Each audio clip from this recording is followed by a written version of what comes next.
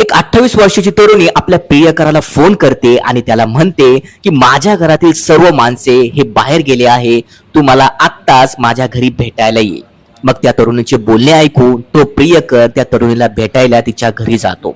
मग तो प्रियकर त्या तरुणीच्या घरी गेल्यानंतर त्या तरुणीसोबत गप्पा गोष्टी करतो, तिला भेटतो आणि गप्पा गोष्टी करून झाल्यानंतर त्या तरुणीला बेडवर झोपवतो आणि बेडवर झोपवल्यानंतर त्या तरुणीसोबत नको ते कृत्य करायला लागतो. मग जेव्हा तो ते कृत्य करत होता तेव्हा अचानक त्या तरुणीचे आई वडील तेथे येतात आणि जेव्हा ते आई वडील त्या तरुणाला आपल्या मुलीबरोबर विचित्र अवस्थेत बघतात तेव्हा ते आई वडील त्या तरुणासोबत एक वेगळंच धक्कादायक कृत्य घडून आणतात. ते कृत्य ऐकून मंडळींनो तुम्हाला वाटेल की त्या मुलीच्या प्रियकरासोबत तिच्या आई वडिलांनी असे करायला नको होते.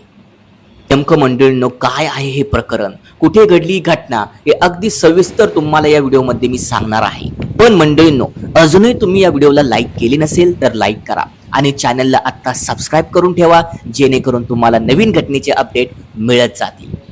नमस्कार मंडळींनो, ही जी घटना आहे ही आपल्या नांदेड जिल्ह्यामधील एका छोट्या गावामध्ये घडलेली आहे.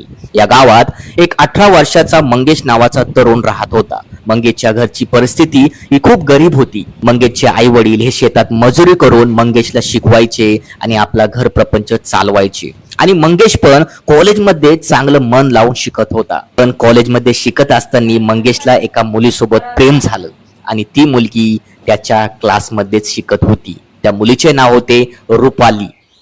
आता ही जी रुपाली होती ही 18 वर्षाची मुलगी होती. एकीकडे बघितलं तर मंगेशची घरची परिस्थिती खूप गरीब होती आणि रुपालीची परिस्थिती ही खूप चांगली.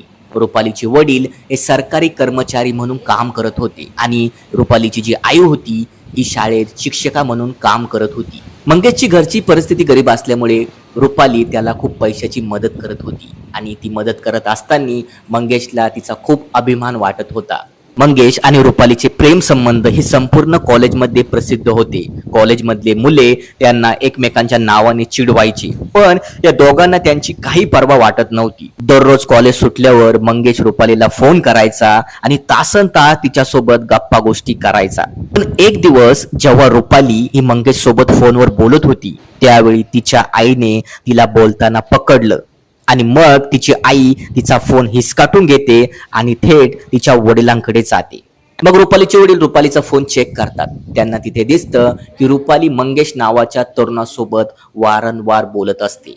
मग रुपालीचे वडील रुपालीला म्हणतात, तुझे काय चाललेलं आहे, आम्ही एवढे कष्ट कशासाठी करतो तुझ्यासाठी आणि तू आमच्या पाठीमागे असं काम करते, तुला लाज वाटत नाही का, असे तिचे वडील म्हणायला लागले.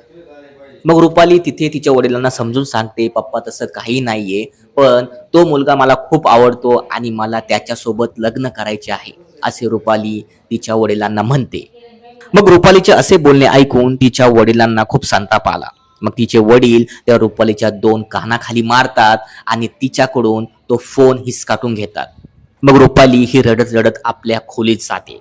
मग 15 दिवस रुपाली त्या मंगेश नावाच्या प्रियकरासोबत बोलत नव्हती.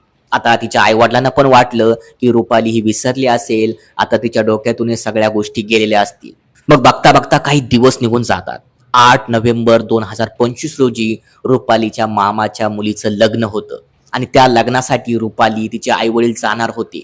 पण मध्येच रुपालीने नाटक केलं आजारपणाचं. ती आई वडिलांना म्हणाली, माझे पोट दुखत आहे, मला चक्कर येत आहे, मी लग्नाला येणार नाही. मग तिचे आई वडील म्हणाले, ठीक आहे, तू घरी राहा, काही गोळ्या औषधे घे, तुला बरे वाटेल. मग आता रुपाली एकटी घरात होती आणि तिचे आई वडील हे लग्नाला गेलेले होते. मग रुपालीच्या डोक्यात काय आलं, तिने कपाटामध्ये असलेला तिचा फोन घेतला आणि तिने आपल्या प्रियकराला फोन केला आणि ती त्याला म्हणाली की माझ्या घरातील सर्व माणसे हे बाहेर गेले आहे, तू मला भेटायला ये. तेव्हा तिचा प्रियकर म्हणतो, का मी तुला भेटायला येऊ, तू मला एवढे दिवस फोन केले नाही. मग रडत रडत तिने कसं तरी तिच्या प्रियकराला मनवलं. तेव्हा तिचा प्रियकर तिला भेटण्यासाठी तिच्या घरी यायला लागला. मग रुपालीचा प्रियकर तिच्या घरात आला आणि घरात आल्यानंतर तिच्या सोबत गप्पा गोष्टी करायला लागला आणि गप्पा गोष्टी करून झाल्यानंतर तिच्या सोबत नको ते कृत्य करायला लागला. त्या दोघांमध्ये नको ते कृत्य सलग 2 तास चाललेले होते. नको ते कृत्य करत असताना ते दोघे एकमेकात एवढे भुलून गेले होते की त्यांनी आतून घरामधील दरवाजाची कडी लावली नाही. मग त्या दरवाजाची कडी उघडी असल्यामुळे अचानक त्या मुलीचे आई वडील घरात आले आणि घरात आल्यानंतर त्या मुलीच्या आई वडिलांनी त्या मुलीच्या प्रियकराला जेव्हा बघितलं तेव्हा त्यांच्या तळपायाची आग मस्तकात गेली. फक्त आई वडिलांनी आपल्या जवळच्या नातेवाईकांना बोलून घेतलं आणि नातेवाईक त्या ठिकाणी आले. मग जेव्हा ते नातेवाईक तेथे आले तेव्हा त्यांना संपूर्ण प्रकार समजला. तेव्हा त्या नातेवाईकांनी त्या तरुणाला मारायला सुरुवात केली.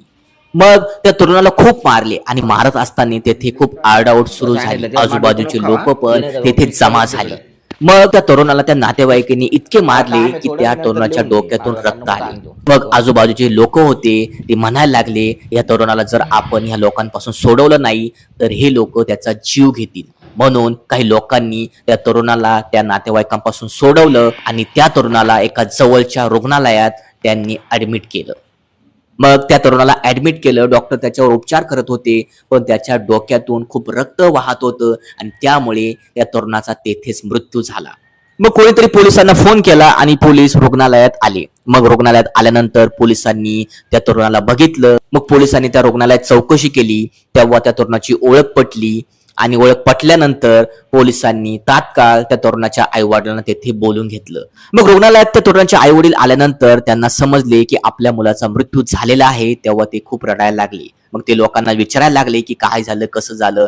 मग काही लोकांनी पोलिसांना आणि त्या मुलाच्या आई वडिलांना सांगितलं की तुमच्या मुलाला एका ठिकाणी राहणाऱ्या एका कुटुंबाने मारलं आहे. मग रडत रडत ते आई वडील पोलिसांना म्हणाले ज्यांनी माझ्या मुलाला मारले आहे त्यांना कठोर शिक्षा तुम्ही करा. मग पोलीस त्या मुलीच्या घरी जातात. तिचे आई वडील, तिचे नातेवाईक आणि त्या मुलीला अटक करतात आणि चौकशीसाठी तिला पोलीस स्टेशन मध्ये नेतात. मग चौकशी दरम्यान त्या मुलीचे आई वडील पोलिसांना म्हणाले की आम्ही या तरुणाला आमच्या मुलीसोबत बघितलं होतं त्यामुळे आम्ही या तरुणाला खूप मारले पण याचा मृत्यू होईल याची आम्हाला कल्पना नव्हती. मग पोलिसांनी त्या तरुणीवर, तिच्या आई वडिलांवर आणि तिच्या नातेवाईकांवर गुन्हा दाखल केला आणि त्यांना न्यायालयात हजर केले. मंडळींनो, सध्या हे प्रकरण न्यायालयात चाललेले आहे. मंडळींनो, एका मुलीमुळे एका तरुणाचा जीव गेला आणि या घटनेमुळे गावात खूप खळबळ उडाली. मंडळींनो, या घटनेचा उद्देश कुणाच्या भावना दुखवणं किंवा असतील त्याचा प्रसार करणं हे नाही. जे समाजात घडते तेच मी सांगत आहे. मंडळींनो, या घटनेबद्दल तुमची काय प्रतिक्रिया आहे आम्हाला कमेंटमध्ये नक्की कळवा. आणि हो, अशा सत्य घटना बघण्यासाठी या चॅनलला तुम्ही आता सबस्क्राईब करा. तर चला मंडळी, भेटू एका पुढच्या नवीन घटनेमध्ये. तोपर्यंत जय महाराष्ट्र.